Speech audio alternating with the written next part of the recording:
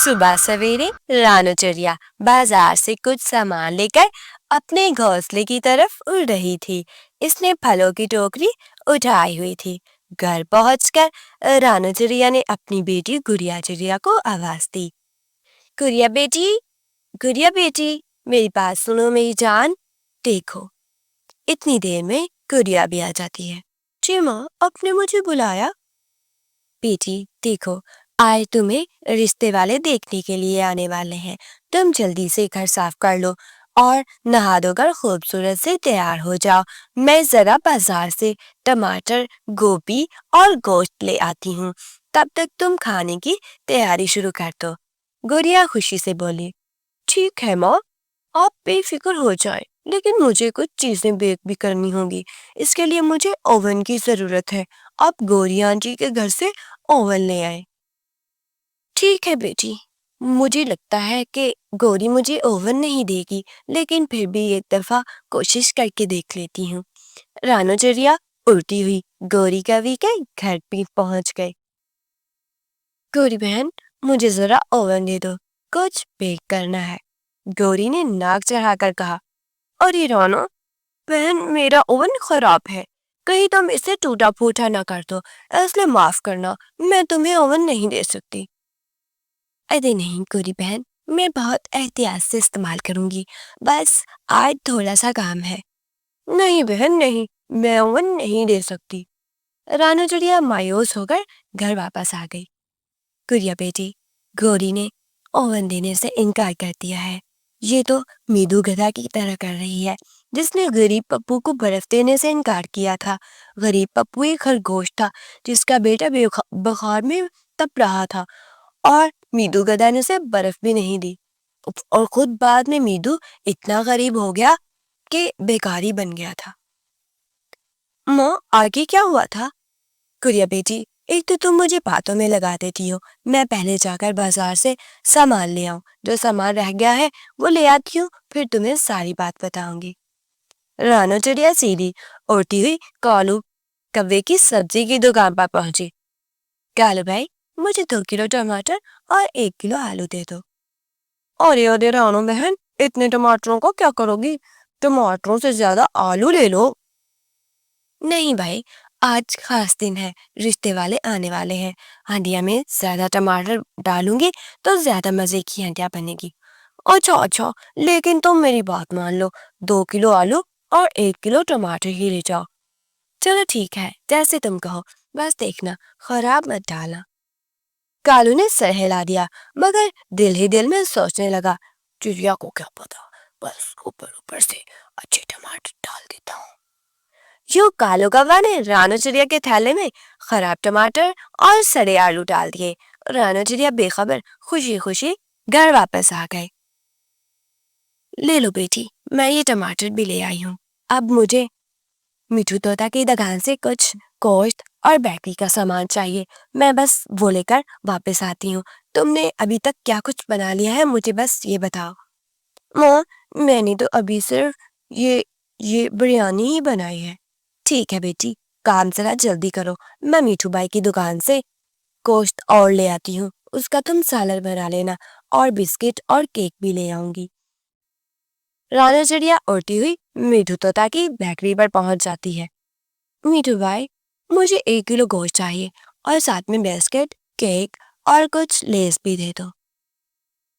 واہ رانو بہن، لگتا ہے آج کوئی خاص دن ہے، اتنا کچھ لے کے جا رہی ہو۔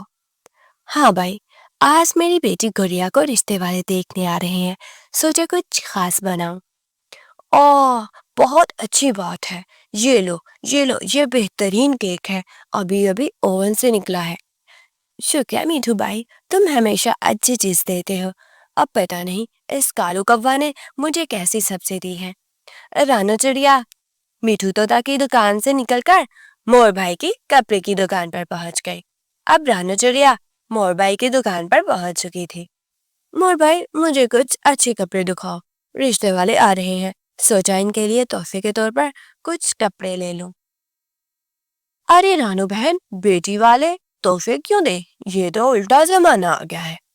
کیا کریں مور بھائی، اب یہ فیشن ہو گیا ہے، ایک تو بیٹی دو اور اوپر سے ان کو تحفے تحائف بھی دو. اگر نہ دو تو لوگ باتیں کرتے ہیں کہ کچھ دیا ہی نہیں. یہ بڑی دکھ کی بات ہے. بیٹی والے ایک طرف سے بیٹی بھی دے, تحفے بھی دے, گھر تو سارا انہی کے نام کر دینا چاہیے. سچ کہتے ہو مور بھائی, مگر ہم کیا کر سکتے ہیں, بس اچھا وقت نصیب کرے. رانو چڑیا سارا سامان لے کر گھر واپس آ گئے. گڑیا بیٹی دیکھو کیا کیا تیار کیا تم نے. ماں جی میں نے بریانی تو پہلے ہی بنا لی تھی, اب میں نے سیخ کباب اور سموسے بھی تیار کیے ہیں, ساتھ میں کچھ چٹنی بھی بنا لی ہے. ٹھیک ہے, بہت اچھا کیا تم نے. اچھا میں تمہیں وہ بتانا ہی بھول گئی, میدو گدا کے بارے میں. ہاں, ایک چھوٹے سے گاؤں میں میدو گدا رہتا تھا. میدو کے پاس ایک پرانی مگر چلتی ہوئی فریج تھی جس پر وہ بہت ناز کرتا تھا. گرمیوں کے دن تھے, سورج آگ برسا رہا تھا, ہر کوئی پسینے میں شربور تھا.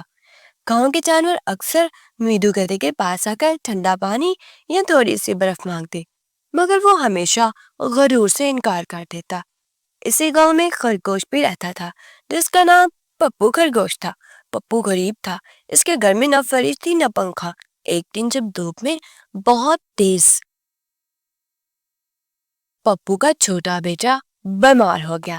ڈاکٹر نے کہا اگر اس کے سر پر ٹھنڈی پٹی رکھو تو بخار اتر جائے گا. پپو سیدھا میدو گدے کے گھر گیا. دروازے پر دستک دی. دوست ذرا سی برف دے دو, میرے بچے کو بخار ہے. میدو نے ناک چڑھاتے ہوئے کہا میرے پاس تھوڑی سی ہے برف, میں کیوں دوں تمہیں, جاؤ بازار سے خرید لو. پپو نے بہت التجا کی. پپو کے پاس پیسے بھی نہیں تھے کہ بازار سے خرید لیتا. میدو میں بہت غریب ہوں, میرے پاس پیسے نہیں, بس تھوڑا سا دے دو. لیکن میدو نے کہکا لگایا اور کہا غریبوں کے لیے میرے پاس وقت نہیں, جاؤ یہاں سے, میری برف پگھلا دو گے تم. دل شکستہ پپو واپس چلا گیا, مگر قدرت نے اس کی محنت اور صبر کو دیکھ لیا تھا. کچھ دن بعد وہ اپنے کھیت کے قریب گڑھا کھود رہا تھا کہ زمین سے سونے کے سکے نکل آئے. پورا گاؤں حیران ہو گیا. پپو خرگوش نے وہ سونا بیچ کر خوبصورت گھر بنایا, نئی فریج, گاڑی اور باغ لگایا. اب وہ امیر ترین خرگوش بن گیا تھا. دوسری طرف میدو گدھا کی قسمت نے پلٹا کھایا. ایک دن اس کی فریج خراب ہو گئے, پھر گھر میں آگ لگ گئی اور وہ سارا مال و دولت کھو بیٹھا. اب وہی میدو گدھا گاؤں میں بھیک مانگنے پر مجبور ہو گیا. ایک دن دوپہر کے وقت وہ پپو خرگوش کے دروازے پر پہنچا. پپو باہر نکلا. اس نے پرانے دوست کو پہچان لیا. میدو شرمندگی سے بولا پپو میں بہت مشکل میں ہوں, میرے پاس کچھ نہیں بچا, سارا کچھ لٹ گیا, میرا گھر برباد ہو گیا, تھوڑا سا کھانا کھانے کے لیے دے دو, میری بھوک سے جان نکل رہی ہے. دوستو ویڈیو کو جلدی سے لائک کریں اور چینل کو سبسکرائب کریں.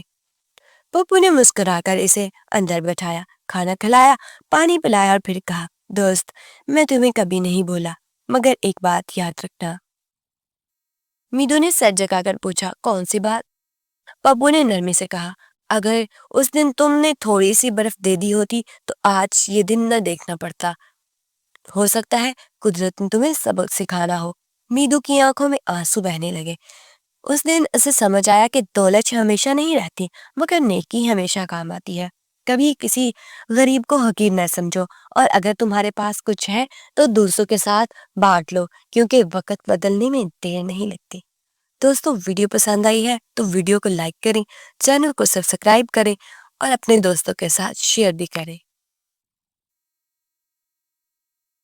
دوستو ایک بات اور آپ سے کہنی تھی, اگر آپ کو اس طرح سے اینڈ پہ سٹوری سنانا پسند آتا ہے تو ویڈیو کو لائک بھی کیا کریں اور چینل کو سبسکرائب کریں اور کمنٹ کر کے بتائیں کہ کیا آپ کو واقعی جب میں آپ کو سٹوری سناتی ہوں تو اچھا لگتا ہے. اگر اچھا لگتا ہے تو نئی ویڈیو میں ہم سنائیں گے آپ کو کسی اور جانور کی نئی سٹوری.